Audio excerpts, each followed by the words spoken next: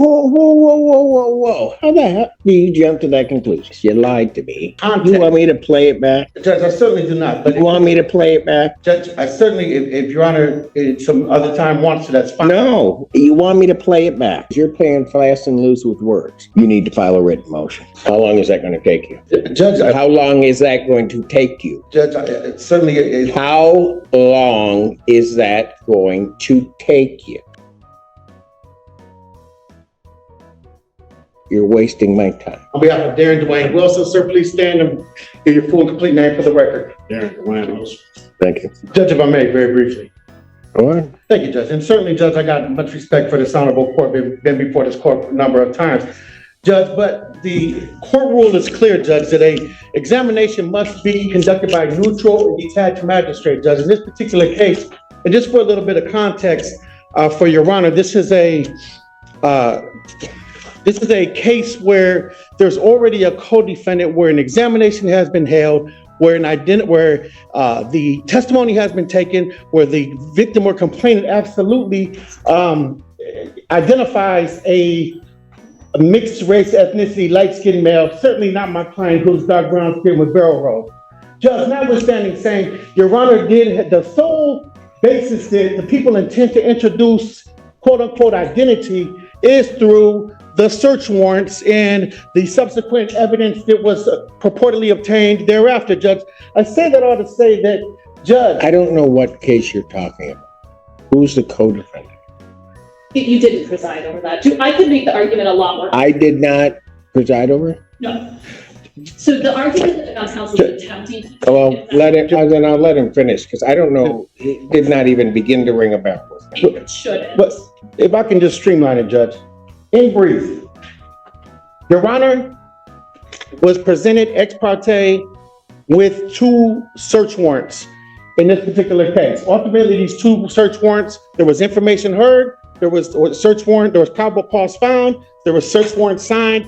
Judge, we now come before you for a separate analysis of whether there's probable cause in this case, but Your Honor, pursuant to People Be Real, which is 391-124, Judge, it certainly cannot be neutral and detached when Your Honor respectfully has already found probable cause in this case, and specifically the case law says. Whoa. How the hell do you jump to that conclusion?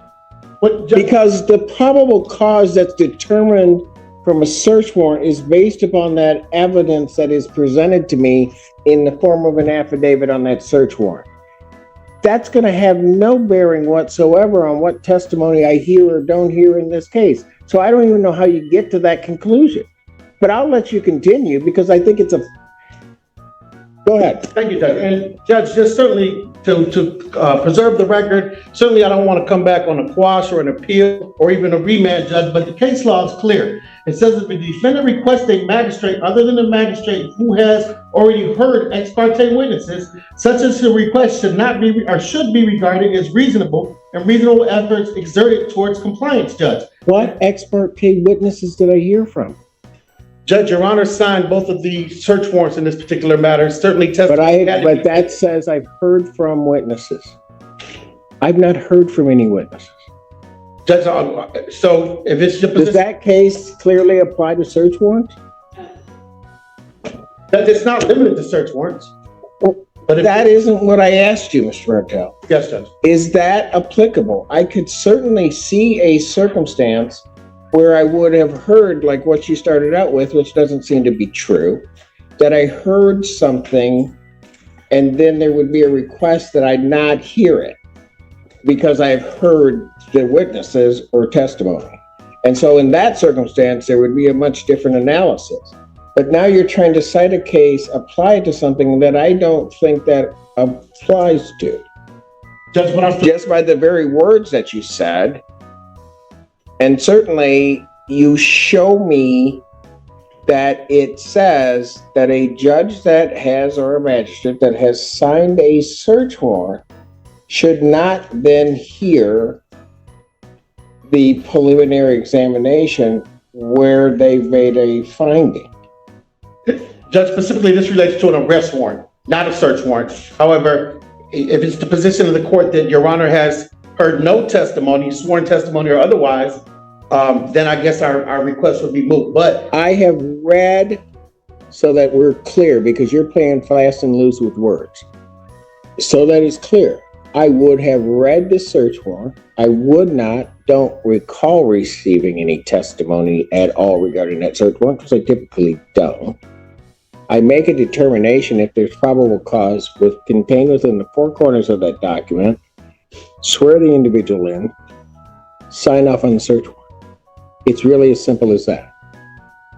So if you show me a case, Mr. Martel, that says under those circumstances the court shouldn't hear it, then show me the case. Otherwise, you're wasting my time. Judge, so acknowledged, I would say that Burrell is applicable, and I would also humbly submit, Judge, the position of the court that anything outside the four corners of the exam transcript has been analyzed or sworn to, then it would certainly fall. Then you're going to need to file a motion, so I can, if it doesn't bear out, I can find it frivolous, and I'm going to adjourn this, and then I can sanction. You need to file a written motion. How long is that going to take you? Judge, How long is that going to take you? Judge, certainly. How long is that going to take you? If you cannot answer that question, then I will take a recess. I will give you time to think about that, and then I will come back, and I need your time frame for how soon you can file the motion. In fact, why don't we just do that? We're prepared to proceed. Why don't we just do that? You can take him back. Court's going to stand in recess. And good afternoon once again, Your Honor. Good afternoon to your fine staff. May it please the most honorable court. Edward Martel, P 85051, on behalf of Darren Dwayne. State your name once again for the record. Have a seat. So, Mr. Martel, I'm a bit concerned. I just take what people give me. But I'm just going to say this. You lied to me at the very beginning of your argument. I went back, had my staff go back. You said that I held a preliminary examination on the co-defendant. I couldn't recall it, but it's not true. That was an absolute falsehood and misrepresentation to this court. Ms. Hughes then points that out, but I'm still not sure. On the break, I go back, have my staff look it up, which was some doing, but if the case that you're referring to as a co-defendant is Christopher Harrison, I didn't handle that exam. Judge Barr handled that exam. So your initial argument regarding refusal started with and I hate using the word, but it's true, it started with a lie. Then, Mr. Martel, you continued with your lie regarding the import of the case of People versus Burrell. You cite one portion of it about a magistrate who takes testimony and does that, and that's why I went through exactly what this court does regarding search warrants. And then you cite a portion of that, and I think intentionally skipped over the first part of that paragraph to mislead this court. And I'll tell you what it says. It says, whereas here, an affidavit presented to a magistrate was in conclusory form, which I'm sure those search warrants were, and did not state any of the underlying or operative fact, and no witnesses were examined, which they weren't, we can perceive no prejudice to the accused in having the magistrate who issued the arrest warrant, which is different, preside at a preliminary examination. If I may. If it's not going to be a lie, go for it. Judge, respectfully, No, you lied to me. okay, if I may, Judge, very briefly, I think the record will reflect it. When I cited or spoke about a preliminary examination, I didn't speak directly as to this court having held it, but it having been previously held. I was not present at that particular examination. However, Judge, certainly I would make no false representations as to who held it or who didn't hold it. I think I just provided that for context. You want me to play it back? Judge, I certainly do not. But You want me to play it back? Judge, I certainly, if Your Honor, some other time wants to, that's fine. No, if you're going to sit up here and tell me you didn't lie to me, you want me to play it back? Judge, then I stand corrected, Judge, but I certainly intend to make no misrepresentations of the context. The main argument is what it is. And certainly Your Honor is not barred for presiding over this exam. But again, and I've spoken with my client in the basis of just preserving the record and putting forth this argument, certainly mean no disrespect, harassment, or delay to the people.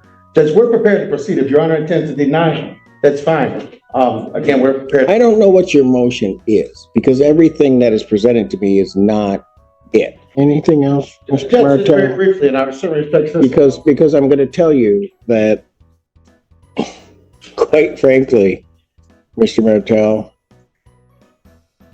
one may have to convince me why you have not, only in terms of your misleading of this court, attempted to try to have this judge recused for the purpose of forum shopping.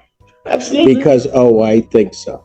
Because originally I had to step into this case, and I can tell you, you probably weren't necessarily real excited about it. But that's the way that the system works here. And so I think you're continuing on with that. And because there's no other reason, I think, to try to bring this frivolous argument. Judge, respectfully, I certainly enjoy practicing before Your Honor, and I certainly had no intent to misspeak this court, or in fact, the exam or the transcript thereafter. As far as I don't believe any misrepresentations were made to this honorable court, Judge. I stand firm on my word. At the end of the day, I think there's a basis for our argument to put forth. If it's the position of the court that it's not, certainly, Your Honor, we will move forward with your denial, and we're prepared for. I have not ruled. You will hear my ruling loud and clear. Yes, but do not presume that I'm going to deny it. Before I stepped off the bench, I asked, and I think properly so, your motion should be in writing. How long will that take you to do? If you won't answer me, then I will set the time frame. 2 weeks, please, and thank you, Judge. Defendant's motion to recuse would need to be filed by December 10th. Prosecutor will respond by December 20th. I will hear the motion on December 26th. This exam is moved to December 26th, 2024 at 12 noon. Thank you, Judge.